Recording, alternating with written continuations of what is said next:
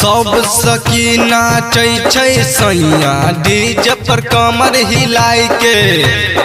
बजना दरभंगिया के गाना लगल कई राहुल छौरा के मांगे छै जब चुम्मा दे बरबा पड़ोसी खूब बेहजारे हे नयरबा ओने दे बरबा दुनू आपस में लड़े कि छोड़ी सब बाल कदल के गाँव के बेकार कदल के कि छोड़ी सब बाल कदल के गाँव के बेकार कदल के गाँव के बेकार कदल के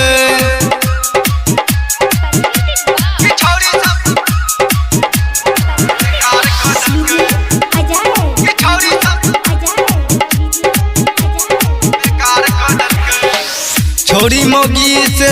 बात करे छोरा रीतिकवा आगे पीछे लहंगा चोली खींचे साहब बरतिया अपना अपना घर में छोरी बजब लगल गाना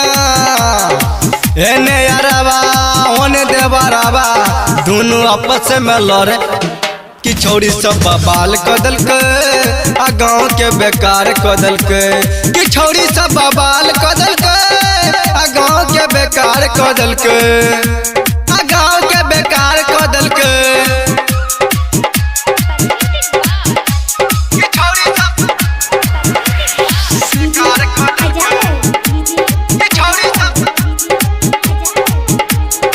भाई बटाटा खूब चलल कई और चलल कई कनखी रोहित के साथ में छल सूरजबा पकड़ाई गई आयुषवा भागे छै फिर सबा के मौगी गाँव में होई छै हाला एने यरवा